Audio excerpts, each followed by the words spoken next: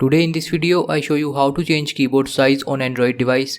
Changing keyboard size is very easy. You just have to open your keyboard like this.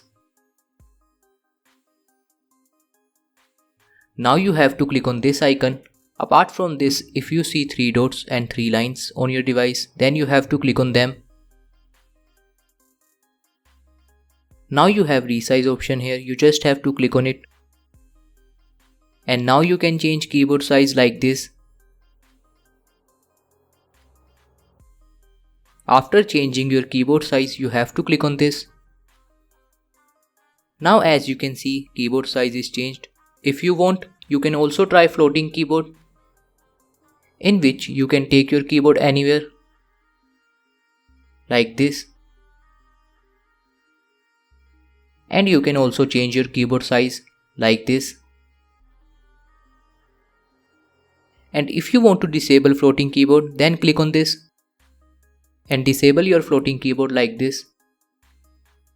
So this is how you can change keyboard size on Android device. Thank you for watching this video. Please like this video and subscribe to my channel for more interesting videos like this.